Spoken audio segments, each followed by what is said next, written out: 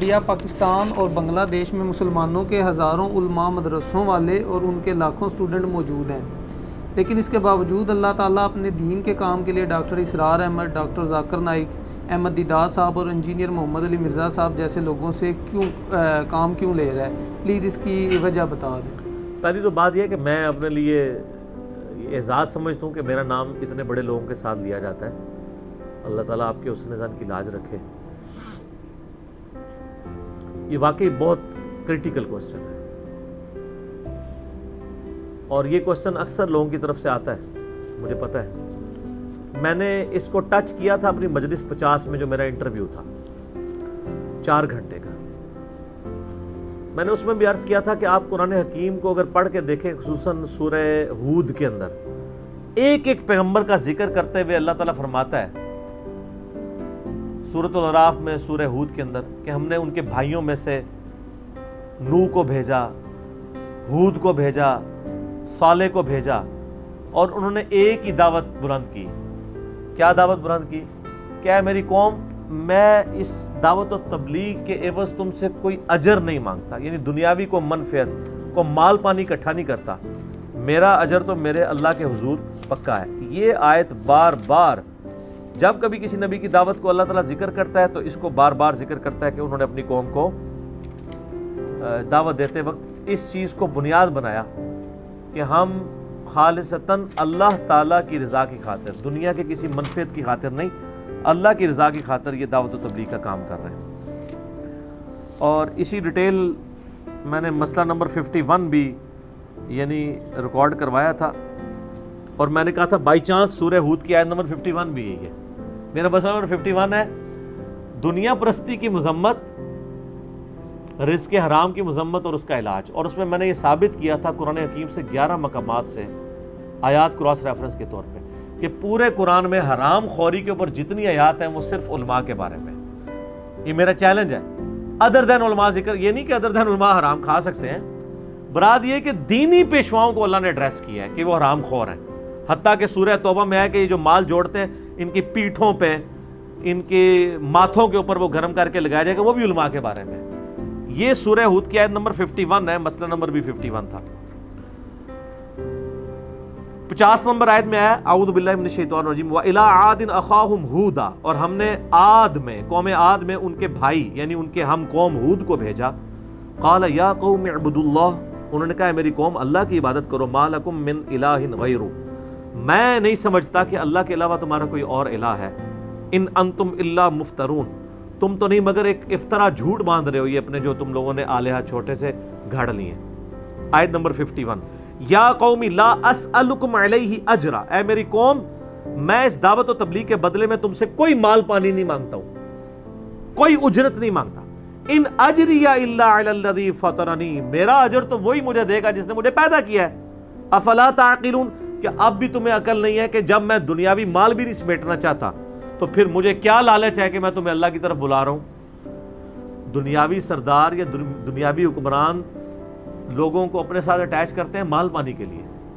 اور پیغمبر اپنی جیب سے لگا کے فاقے کاٹ کے لوگوں تک دعوت کا کام،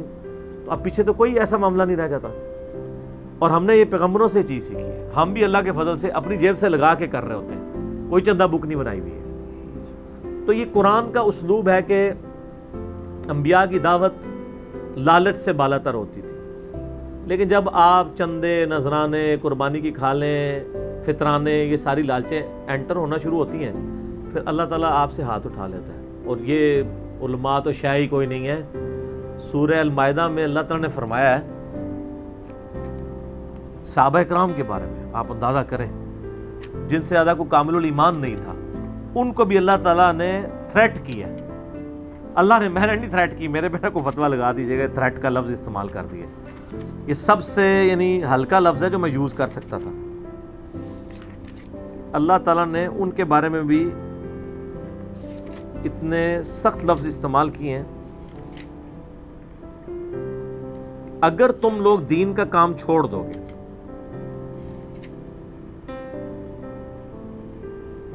تو میں تمہیں یعنی تمہاری جگہ نئی قوم اٹھاؤں گا۔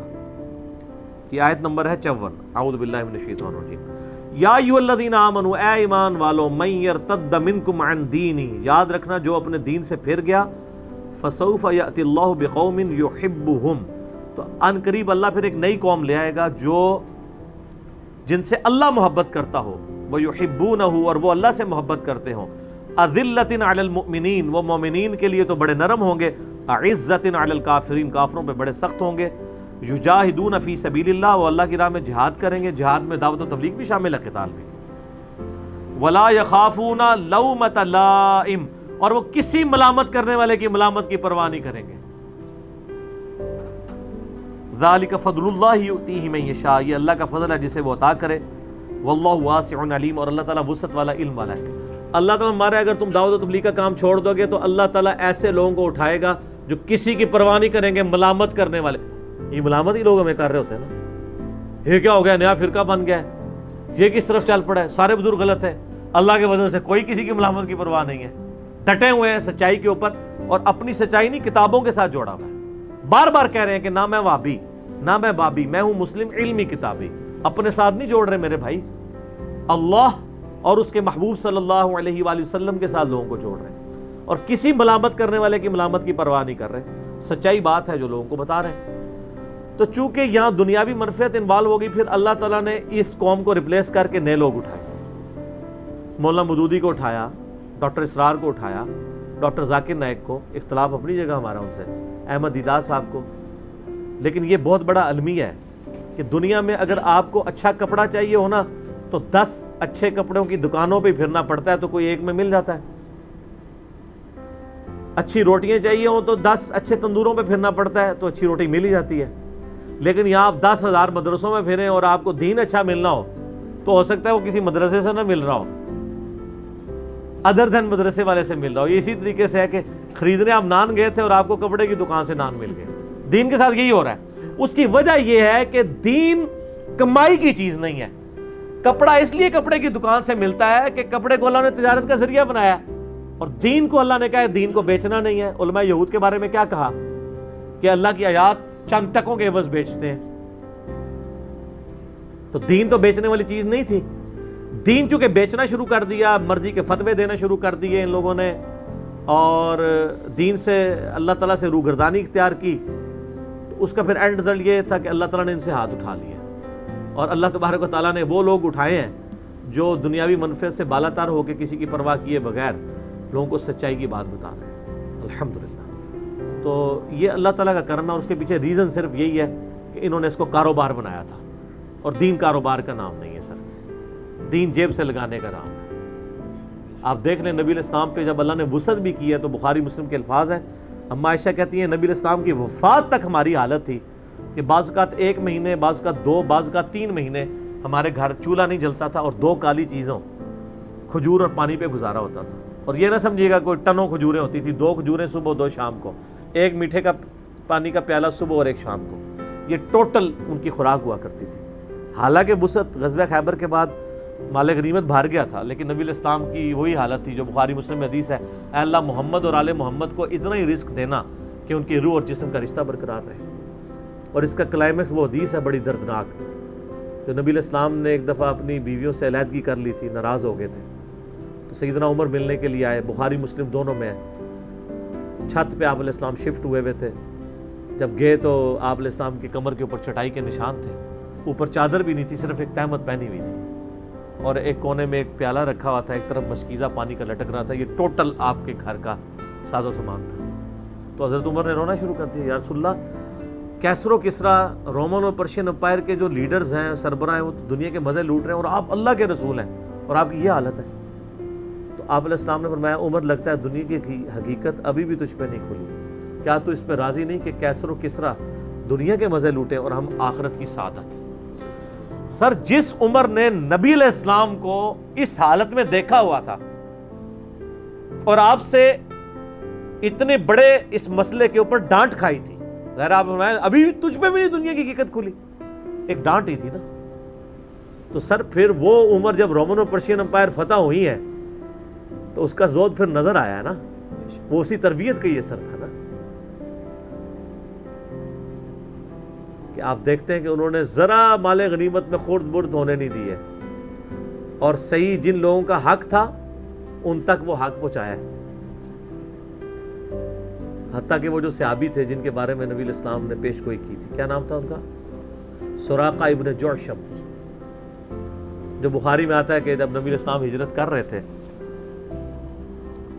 وہ یہ بڑا ہوشیار تھا, 100 اونٹوں کا انعام تھا پکڑنے کے لیے. اس نے دیکھ لیا حضرت ابوبکر اور نبی علیہ السلام کو, یہ جب اس طرف جانے لگا تو اس کے گھوڑے کے پاؤں دھس گئے. دوسری بار تیسری بار گھوڑے نے پٹک دیا تو اس کو سمجھ آ گئی. تو اس نے کہا کہ میں ایمان لے کے آتا ہوں, میں آپ کو اللہ کا پیغمبر مانتا ہوں, آپ کے ساتھ اللہ کی تائید ہے, اور میں اس طرف آ بھی رہے ہوں گے آپ کے پیچھے, میں لوگوں کو واپس کر دوں گا. یہ سارا انہوں نے عمر سیریز میں فلمایا یہ منظر. تو حضرت ابوبکر سے نبی علیہ السلام نے فرمایا کہ اس سے کہو کہ میں اس کے ہاتھ میں کسرا کے کنگن دیکھ رہا ہوں. آئے ہائے ہائے, ٹھیک ہے. تو آپ صلی اللہ علیہ وآلہ وسلم کی یہ بشارت سیدنا ابوبکر صدیق رضی اللہ تعالیٰ عنہ علیہ السلام نے سراقہ کو دی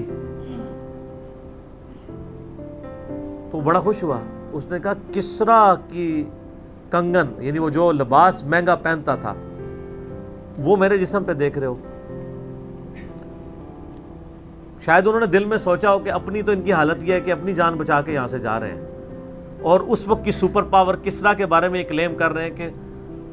اس کا لباس میں پہنوں گا. لیکن سر پھر لوگوں نے وہ وقت دیکھا جب مال غنیمت آیا تو سیدنا عمر نے بلا لیا سراقہ کو. کدھر ہے سراقہ؟ ان کو لباس پہنایا,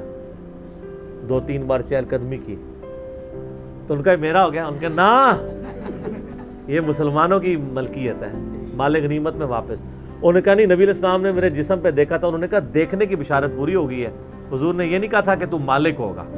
یہ مسلمانوں کا اجتماعی جو مال غنیمت ہے اس کا حصہ ہے, وہ اس اعتبار سے تقسیم ہوگا.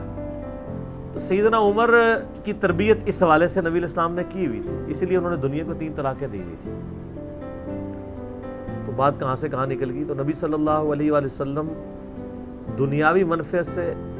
بلند ہو کے, تمام انبیاء کا یہ طریقہ رہا ہے, جب کبھی بھی انہوں نے دعوت و تبلیغ کا کام کیا تو سٹارٹ اس سے کیا کہ اے میری قوم, میں کوئی اجر نہیں مانگتا, میرا اجر میرے اللہ کے حضور ہے. اور یہاں جب کوئی دعوت کا کام شروع کرتا ہے وہ کہتا ہے اے میری قوم, یہ ہے میری چندہ بک, یہ ہے میرا مدرسہ, اور میں آپ سے چندہ مانگتا ہوں کہ آپ میری مدد فرمائیں. چندہ جائز ہے, لیکن اس کو کاروبار بنا لینا اور لائف سبسسٹنس لیول پہ نہ گزارنا, باتیں خلفائے راشدین کی کرنا. تو خلفائے راشدین کا وظیفہ کیا تھا جو ایک عام مہاجر کا وظیفہ تھا؟ خلفائے راشدین کا لیونگ سٹینڈرڈ یہ تھا کہ آپ لوگوں سے چندے لے کر 10 باڈی گارڈ رکھیں, 5 گاڑیاں ہوں آپ کے پاس, اور آپ چھوٹے گوشت کے علاوہ کھائیں کچھ نہ, اور بات کریں خلفائے راشدین کی, اور کہیں جی خلفائے راشدین بھی تو مالے جو بیت المال میں سے ان کا حصہ آتا تھا, تو یہ والا حصہ آتا تھا. سر خلفائے راشدین آج زندہ ہوں تو آپ سب کو شہادت کے مرتبے میں فائز کریں, آپ کے علماء کرام کو جو یہ لیونگ سٹینڈرڈ انجوائے کر رہے ہیں دین کے نام کے اوپر. ہاں کسی کا اپنا کاروبار ہے, اس کو حق ہے وہ کرے. جو دین کے نام پہ لے کے کھا رہا ہے نا, وہ صرف سبسسٹنس لیول پہ لائف گزارے گا, اتنی تنخواہ وہ لے سکتا ہے. چوپڑیاں نہ لے دو نہیں, دوویں جانے مٹھے باؤ نہیں, پھر آخرت چوز کی ہے تو پھر دنیا آپ کو وہی جو بخاری مسلم حدیث ہے, اے اللہ محمد اور آل محمد کو بس اتنا ہی رزق دینا کہ روح اور جسم کا رشتہ برقرار ہے.